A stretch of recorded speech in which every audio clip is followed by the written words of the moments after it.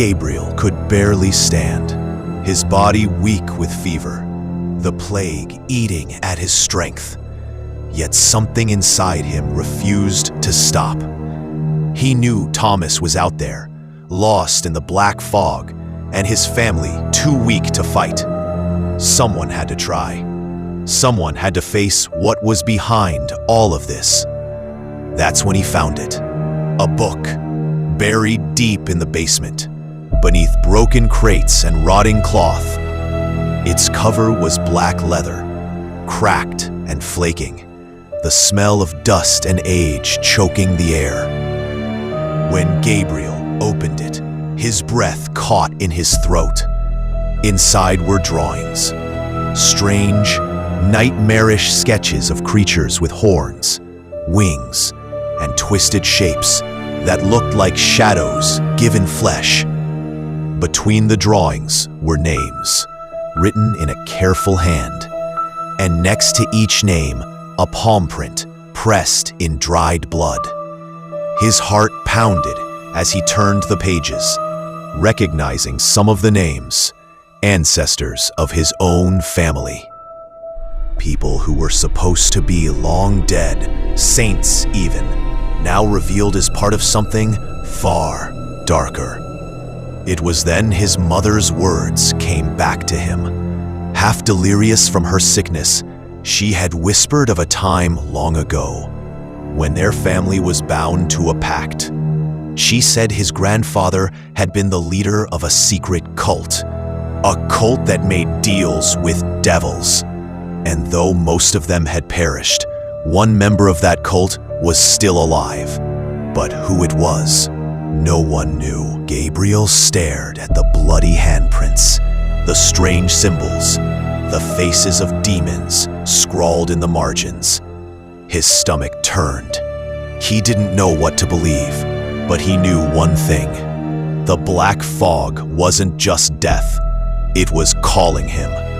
And he decided to step through. The moment he did, the world around him twisted.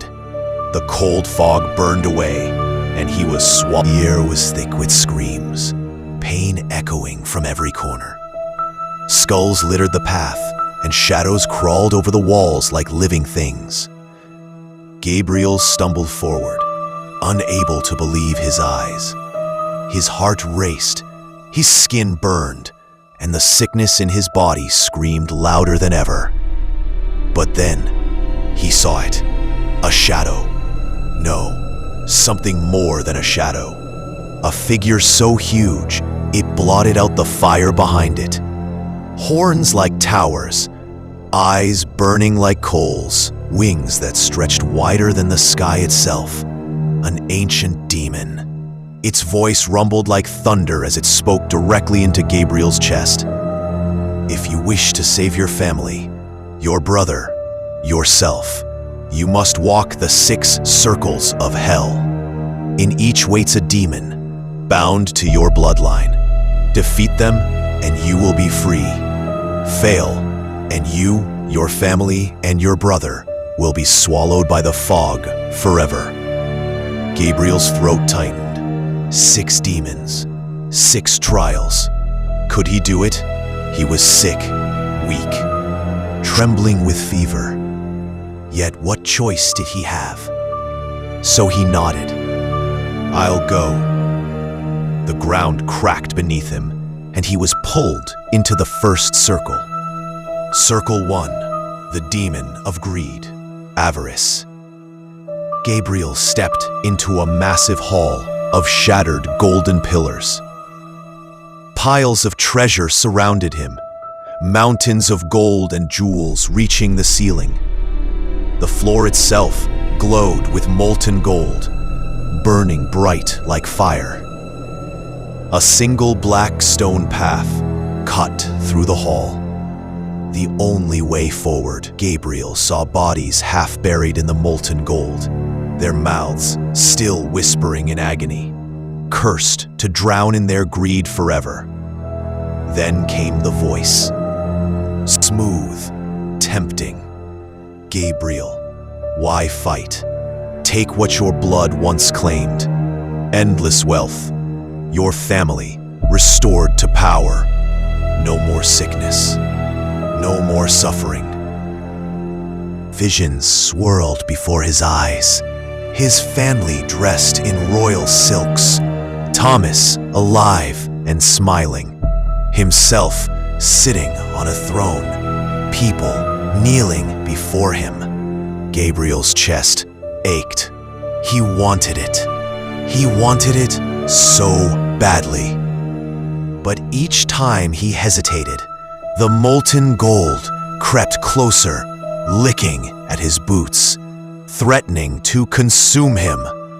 When he refused, the demon showed its true face. Avaris was a bloated giant, its belly torn open, spilling molten coins and bones onto the floor. Chains of gold whipped from its arms, snapping like serpents. Gabriel swung his weapon, but the golden flesh healed instantly. Every strike only made the demon stronger. Then Gabriel understood. His own desire was feeding it.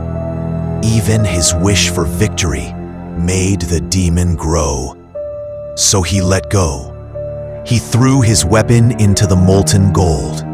He stopped craving power, stopped wanting escape, and in that moment, the Gabriel grabbed a shard of black stone from the path and drove it into the demon's chest. The pulsing golden heart shattered, and Avaris collapsed into ash. The first truth burned into Gabriel's ears. Your family's curse was bought with greed. Your blood was never pure, only purchased. Circle 2, the demon of envy, Venara.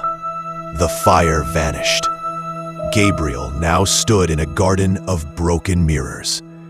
Each one reflected a different version of him. Some glorious, some pathetic. In one, he was a hero praised by all. In another, he drowned in blood, forgotten and alone. The ground was covered in thorned vines that writhed like snakes, pulsing with life. A green mist floated around him, whispering cruel voices. You'll never be enough. You'll never be enough. From the mirrors slithered Venara, a serpent with scales made of shifting faces.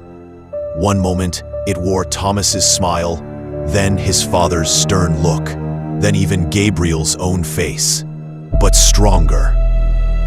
Why save them? The demon hissed. They never truly loved you. Your grandfather chose another before you. You were never meant to inherit the legacy.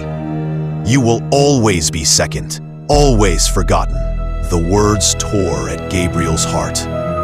He saw visions of his family praising another child, never him.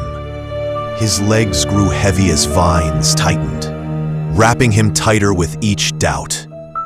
Gabriel swung his weapon at the serpent, but it only shattered more mirrors, more faces, more voices. The demon fed on his doubt, growing stronger, until Gabriel stopped. He dropped his sword and closed his eyes. I am enough, he whispered, trembling. Even if I am broken. The vines loosened. The mirrors cracked. The serpent's many faces vanished, leaving only its true form, a withered snake, pitiful and weak. Gabriel stepped forward and crushed it beneath his boot. Venara shrieked before turning to dust, leaving behind the second truth. Your blood has always been jealous of blood. The path ahead was darker now, the air heavier. Gabriel knew he had only begun. 4 more circles remained, and with each truth, the curse of his family grew clearer. But could he survive them all? Or would the black fog claim him before the end?